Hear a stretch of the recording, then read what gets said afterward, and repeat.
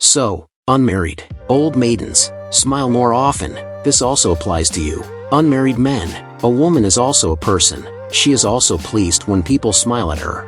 A smiling person evokes a feeling of kindness, which is always lacking, the feeling of light, which is always missing, and people look at you, admire you, and begin to imperceptibly feel the desire to be with you at least a little.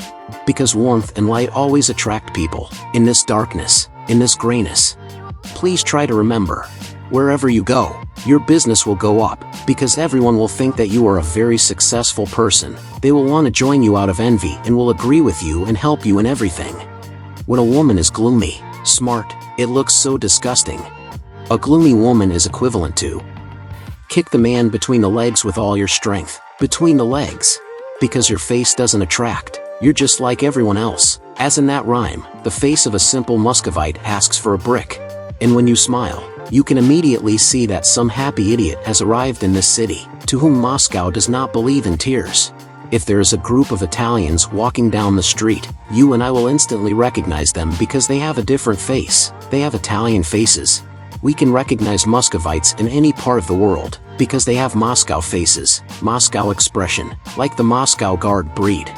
You have people of Moscow nationality. My friends, you have an expression like a subway resident. Many of you have.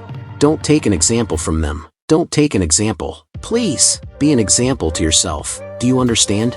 A survey was conducted among citizens of 150 countries on the topic of self-perception of happiness. In first place are the Venezuelans, those idiots who don't have pants, with a bare bottom, but happy. From below, the Russians hold third place, prize. Russians are a depressed people.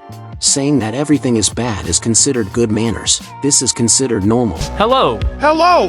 How are you doing? Badly. Why bad? I have to go to work. You have a job. That's good. You think so? How are you doing? Everything is fine. Fine? You are so positive. Are you okay? Yes. Do you have problems? Everything is Do fine. you have a job? I don't have a job. What's good? I am unemployed. And if you ask the joyful nations, well, let's put it this way. How are you? Great.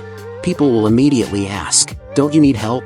But in the worst case, you have to say, good. And usually, excellent. Wonderful. Wonderful. Everything is fine. And he himself is dying of hunger. And in the next room my wife hanged herself. Wonderful. It's reflexive, you know, reflectively.